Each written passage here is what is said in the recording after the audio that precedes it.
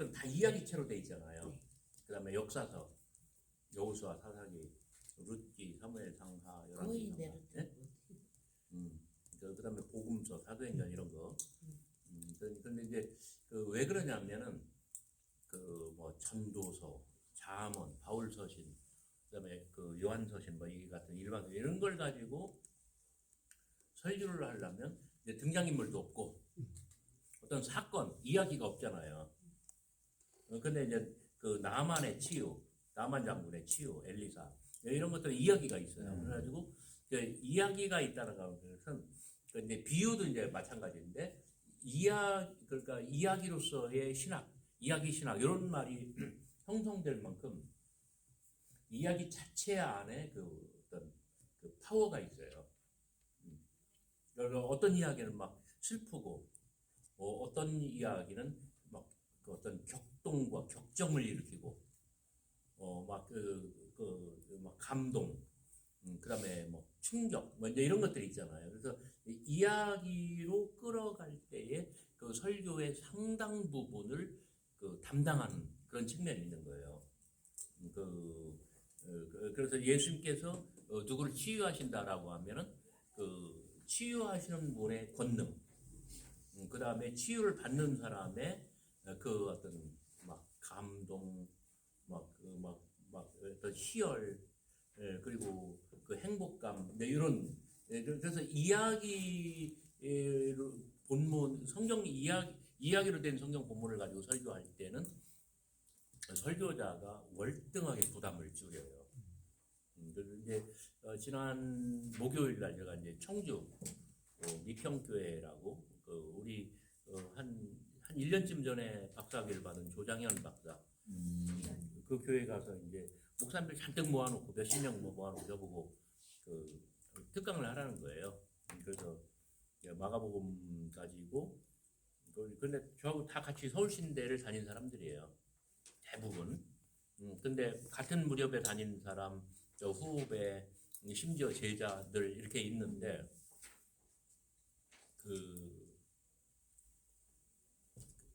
뭐라 그럴까요? 자기들은 성경을 이렇게 배워본 적이 없어요. 단 한 번도 이렇게 해본 적이 없어요. 근데 그날 제가 이제 1시간 반 동안 쭉 이야기를 풀어가는데 이제 충격을 받은 거예요. 그래서 제가 그런 이야기를 했어요. 그리고 이제 우리 저한테 박사학위를 받고 최근에 최근에 박사학위를 받은 좀 개성이 강하시고 열정이 무지무지하게 그러니까 아주 맥시멈이신 양미화 목사님이라고 계신데 이거 그냥 비밀로 해요 이거. 그 의재근 부총장님, 정건학장님 그 비밀로 꼭 지켜주세요. 최근에 이제 어떤 분이 이수정을 가지고 이제 논문을 쓴 것 같아. 그러니까 양미화 박사 얘기가 뭐냐면 이수정을 가지고 어디 가서 설교를 몇 번이나 풀어볼 수 있느냐. 그러면서 성서신학을 해야 된다. 성서신학을 하면 이게 이제 완전히 막 높아지니까 그 뭐 설교나 뭐 이런 것들을 할 수 있는 게 그러니까 이제 그날 청주에서 이제 쇼크를 받은 사람들이 이제 정말 비슷한 느낌인 거예요. 그래가지고 저를 초청한 그 조장현 박사는 그러더라고요. 조 박사님 저 그날 1시간 반 설교 들으면서 그 설교 7편 나왔습니다. 7편을 만들 수 있는 그 재료를 거기서 얻었다는 거예요. 그 첫 번째 거 같은 경우는 제가 이제 모든 사람한테 제가 장난삼아 이렇게 얘기를 했어요. 저 광야에 위치한 자의 소리가 있어. 그 소리는 광야에 있었다.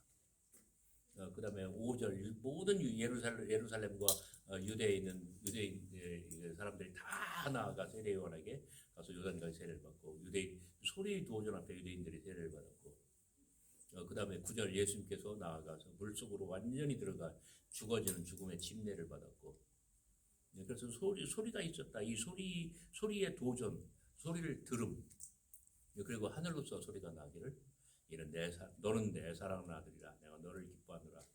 마태복음에는 이는이라고 나와 있거든. 그러니까 수만 명 앞에서 예수님의 어떤 정체, 예수님의 지위, 신분을 인증하는 건데, 마가복음에는 너는 내 사랑 아들이라. 이런 득음의 체험이다. 소리는 광야에 있었다. 9절 듣고 나아가서 소리의 도전 앞에 죽음의 침례를 받았다. 들음. 그 다음에 11절 하늘에서 소리가 나기를 득음. 그리고 세례 요한이 한평생 소리로 존재한 것처럼, 광야에 존재했던 것처럼 예수님도 한평생 소리가 되셨다. 우리는 이 소리를 가르쳐서 복음이라고 부른다. 그래서 1장 14절 세례 요한이 잡힌 후에 예수께서 갈릴리에 가셔서 복음을 전파하여 가라사대 하나님 나라의 복음을 전파하여 가라사대 회개하고 복음을 믿으라. 그래서 들음, 득음, 복음 이걸 설계 한번 해봐라. 그래가지고 이번 주일날 다 모든 청주지방의 모든 교회들이 다 똑같은 거 아니야? 그래 막 웃더라고. 내 얘기를 잘 들으면서 설교를 개발하는 뜻이라고. 이제 그러면서 이제 쭉쭉쭉 해 나간 거예요. 그랬더니 이제 그런 이야기를 하시더라고요.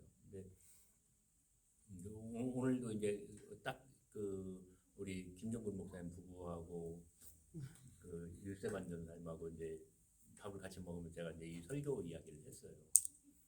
이제 이 이야기체로 됐을 때 이제 제일 먼저 이게 첫걸음 비기닝이 뭐냐면 성우처럼 성경을 읽는 거예요. 예수께서 가버나움에 들어가시니라. 이것은 마가의 이야기예요. 복음서 작가. 선생님 원하시면 저를 깨끗게 하실 수 있나이다. 이건 가버나움 나병 환자가 예수님께 요청하는 말이에요. 내가 원하노니 깨끗함을 받으라. 예수님의 목소리죠. 그러니까 제가 좀 세 가지 목소리를 냈잖아요. 제가 지금 많이 낸 거예요. 근데 이걸 조금씩만 해보세요. 조금씩만. 이제 그러면은 이게 아주 살짝 변형된 건데 예배 시간에 성경 봉독을 이런 식으로 하잖아요. 그러면 성도들이 금방 알아들어요. 아, 목사님 조금씩 이렇게 성우 연습을 하시는구나. 그러니까 이제 입체적으로 들리기 시작하고. 그게 성도들이 듣는 거하고 무관하게 설교자에게 또 여러분들에게 이렇게 하시라고 하는 건 뭐냐면 여기서부터 시작을 하는 거예요. 그러면은 나아만이 정말 엘리사 선지자한테 무시당했을 때, 개무시당했을 때 그 기분 나쁜 거. 그다음에 그럼에도 불구하고 자기 부하들이 이렇게 뭐라고 할까? 이렇게 어드바이스를 했을 때 그때의 그 수치, 부끄러움. 그리고 그것이 정말 옷을 다 벗어버리고 그리고 내려갈 때의 나만의 그 심경. 아까 목소리를 조금씩 변하면서 읽으라고 하는 것은 뭐냐면은 그 각 사람의 어떤 뭐랄까요? 이 동감과 공감과 감정입 그걸 연습하라는 뜻이에요. 그래서 그 다음에 예수님께서 평정심을 유지하면서 내가 원하노니 깨끗함을 받으라. 약간 권위가 있으면 조금 교만하게 들릴 정도로 목소리를 좀 약간 뭐랄까 허스키한 음을 넣어가지고 그러니까 평정심을 유지하면서 예수님께서 하시는 말씀. 근데 이게 뭐냐면 이 등장 인물들의 그 사람이 되어보고 어떤 공감하고 또 각 사람에게 감정을 이입하고 그러니까 이제 김정근 목사님 아까 그 말씀을 하셔요. 저희 마가복음 해설 가운데 세 개의 십자가가 서 있고 그다음에 세 명의 여인이 아래서 바라보고 있고 가운데 십자가가 예수님, 가운데 여인이 모친 마리아. 그러면서 이제 충격을 받았다는 거예요. 이렇게 딱 세우고 나니까 그 다음에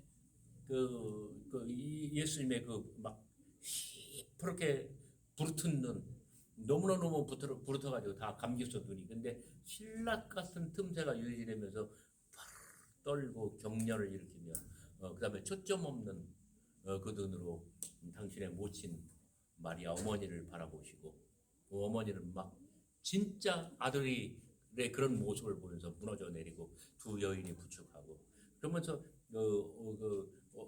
어머니와 이 십자가 위에 예수가 서로 친목으로서 아주 무한한 그 대화를 나누는 아들아, 정녕 내 아들이라는 말이냐, 십자가 위에서 내려올 수는 없느냐, 내가 한창일 때 많은 사람들 고치지 않았느냐, 심지어 죽은 자도 살리지 않았느냐, 십자가에서 내려오라. 죽어도 이 어미의 품에서 죽어라. 어머니는 이 대사를 할 수가 있어요. 너 예수는 예수래. 어머니 어찌 여기까지 황망하게 오셨나이까. 이런 모든 것들이 바로 뭐냐면 그 상황에서 내가 직접 예수가 되어보고 그 다음에 모친 마리아가 되어보고 그러면서